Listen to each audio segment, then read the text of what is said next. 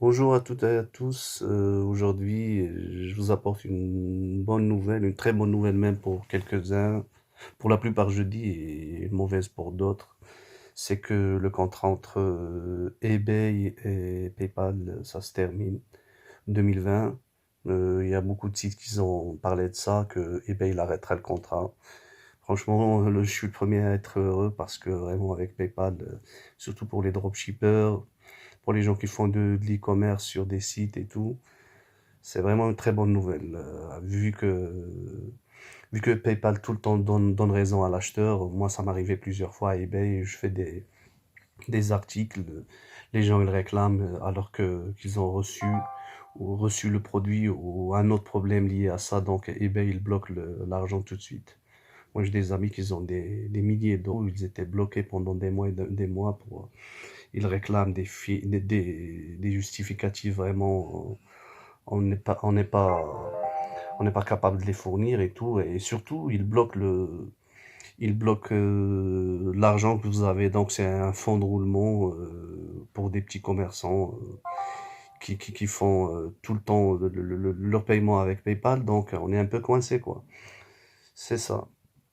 Et il y a un site qui parle de ça, il dit que à la place de PayPal, eBay a signé un accord de long terme avec Adyen, ça s'appelle Adyen la société, c'est une société basée à Amsterdam. C'est depuis 2006 qu'elle a été créée, je pense. Et parmi ses clients, cette société Adyen, ça se prononce en anglais, je pense que c'est ça, Adyen, ou Adyen en français, on va dire ça. Parmi ses clients, c'est Uber, Netflix et Spotify. Les activités d'Adyen se concentrent uniquement sur la fourniture de services de paiement back-end, comme le traitement de cartes de crédit. Donc, aucun bouton de paiement Adyen n'apparaîtra sur eBay, mais Adyen deviendra le principal processeur de paiement pour les sites eBay à travers le monde. Suite à la fin de l'accord eBay-PayPal en 2020, PayPal restera une option de paiement. C'est ce qu'ils disent sur un site. Ne sera plus ne sera pas plus mise en avant que les autres options de paiement comme cela est le cas aujourd'hui. Donc, ça serait dans tous les cas, ça serait une bonne chose que eBay arrêtera. C'est vrai que sécuriser et tout, mais lorsque vous avez une grande boutique sur eBay et vous générez des milliers d'euros par mois, alors là, vous êtes coincé avec les clients. On va dire ça clairement que les clients, la plupart, ils suivent pas la procédure, donc il y a le petit problème, il arrête réclamation PayPal. Et il y en a qui sont malhonnêtes, malheureusement, qu'il y a des clients qui sont malhonnêtes. Donc, pour moi, c'est une très bonne chose et je suis heureux d'entendre ça, quoi, que on arrête avec PayPal. En tant que vendeur, en tant qu'acheteur, on est toujours heureux, il faut dire la vérité. On est toujours content de. Mais bon, il y aura tout. eBay trouvera toujours un compromis entre le client et le vendeur.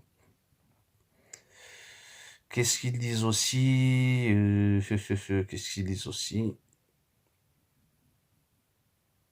Donc voilà, c'est une société qui a gagné des milliards et des milliards aussi et elle n'est pas connue pour des petits commerçants comme nous, mais elle est connue sur des grandes plateformes comme Spotify et Uber.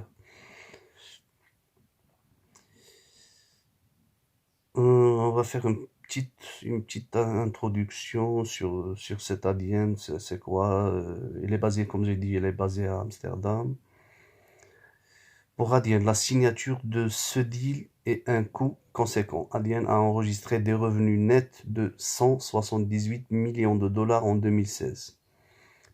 PayPal, à la même période, rapportera un chiffre d'affaires de 11 milliards de dollars. C'est normal. C'était le monopole de PayPal partout. On voit des boutons PayPal partout. Donc c'était ça, quoi. C'est un géant, mais bon, il a commencé à dégringoler. Il y avait beaucoup de problèmes, il y avait beaucoup de réclamations. On répond. Le service de PayPal, on envoie des messages, il répond presque jamais. Pour quelques-uns, c'est pas par rapport en France ou dans d'autres pays, c'est partout au monde. Moi, je suis rentré dans des forums et tout, anglo-saxons, c'est les mêmes problèmes. Ils disent que voilà, c'est un service, on va dire merdique de PayPal. Donc, en quelque sorte, ils se font désirer, quoi. Ils se font désirer, donc ils répondent quand ils veulent ou ils répondent pas, ou voilà. C'était ça, quoi. C'était un petit peu, ça dégringolait leur service. C'est pas comme avant. Moi, je me rappelle, à l'époque de la création de PayPal, c'était bien. On va dire que c'était bien un petit peu. Mais dernièrement, ça commence à vraiment, ils cherchent pas à comprendre la moindre des choses. Ils cherchent même pas à comprendre. Ils sont toujours du côté de l'acheteur et l'acheteur a raison. Oui, leur client est roi, mais bon, il y en a qui sont malhonnêtes. Donc, combien de fois moi j'ai envoyé des produits avec lettre de suivi et tout, et l'acheteur derrière, il me dit qu'il n'a pas reçu le produit, ou il l'a reçu cassé. Cassé, je veux bien, je peux le changer, il n'y a pas de problème. Mais, mais comme ça, il y a des malhonnêtes. Il faut dire la vérité, il y a des malhonnêtes. Moi, toujours, genre, lorsque j'envoie un produit plus que 5, 4 euros, je fais une lettre suivie. Ça coûte moins d'1 euro. Voilà, je suis tranquille après. Mais des fois, ça arrive, c'est les aléas du métier aussi. Mais bon, pour moi, pourvu que ça, ça dure longtemps, la relation avec Adyen, et nous enlève ce PayPal, quoi. Parce que vraiment, c'est chiant. Et qu'est-ce qu'il faut dire encore qu'est-ce qu'il faut dire encore? Bah voilà, officiellement, la rupture du contrat, ça sera 2020, c'est sûr. Et j'espère que la société là, elle prendra le relais, mais bon, ce sera pas comme la même politique et la même vision que PayPal. Parce que PayPal, on a marre, on a marre. Si vous voulez vraiment savoir, rentrer dans YouTube, là, il y a des YouTubeurs qui parlent de leurs problèmes et combien de milliers d'euros ils l'ont bloqué pendant des mois et des mois. Des fois 3 mois, 1 mois, 4 mois, ça dépend. Ça dépend de la réclamation. Ça dépend. Il y en a aussi, il faut dire les choses aussi. Il y en a qui ont des stores Shopify et tout, les gens qui font du e-commerce. Donc, qu'est-ce qu'ils font? Ils remboursent pas. Pas de refund. Pas de remboursement. Donc, quand vous achetez le produit, il vous envoie un autre produit, il se trompe ou quelque chose, ou le produit il arrive catastrophique, on va dire. L'acheteur il fait réclamation PayPal. Ça, je le donne le droit. Mais il y en a qui sont aussi, il faut dire les choses, hein, que sur sur les sites de e-commerce, surtout maintenant avec Shopify, maintenant c'est facile. On crée ça en 1 heure, on met des plugins, vite fait, ça sera automatisé vite fait. Ils font beaucoup de choses sur Shopify. Donc les gens, ils font du dropshipping sur Alibaba ou sur AliExpress ou je sais pas quoi, sur Banggood ou sur Walmart en Amérique. Donc ils font ça, ils font du dropshipping et ils cherchent même pas à comprendre comment il est le produit, et ils l'ont même pas. Moi, un conseil, si vous commencez sur le dropshipping, quand vous testez un produit, il faut le tester pour vous déjà.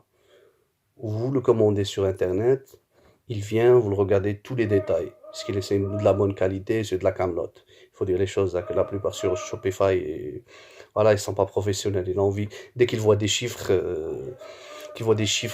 ça s'accélère, je sais pas combien de ventes par jour. Le mec, il est content, il cherche même pas derrière ce qu'il y a un service après-vente, service client, il cherche même pas. Si on vend un produit, on vend un produit vraiment de bonne qualité. Un minimum, on va dire. C'est vrai que c'est fait en Chine, mais la Chine, elle fabrique aussi Apple, là, il faut pas oublier, hein. Fabrique de la bonne qualité comme de la mauvaise. Voilà, c'est comme partout. On paye le prix, on a un bon produit. On paye pas de prix, donc voilà, on a des surprises. Mais voilà quoi, c'est cette vision aussi. C'est pour ça que les gens ils préfèrent acheter sur PayPal. Donc si vous n'avez pas de bouton PayPal, les gens ils hésitent à faire ça quoi, à faire l'achat quoi. Et aussi, une remarque concernant Shopify, concernant le dropshipping en général, c'est que la plupart des gens, ils ont jamais vu le produit, jamais testé le produit. Ils le voient sur des photos, ils l'envoient sur leur vitrine comme photo. Et le client, c'est le client qu'il voit le verdict, quoi, qu'il voit que c'est comment le produit et tout. Moi, je le donne raison des fois, bien sûr. Pas tous, je généralise pas. Dans ma nature, je généralise pas ni du côté de l'acheteur, ni du côté du vendeur aussi. Voilà, j'espère que j'étais pas trop lourd en expliquant quelques petits détails, mais en tout cas, c'est une bonne nouvelle qu'il enlève le PayPal. Et comme ça, on est tranquille. Voilà. Merci et bonne journée. Au revoir. À la prochaine.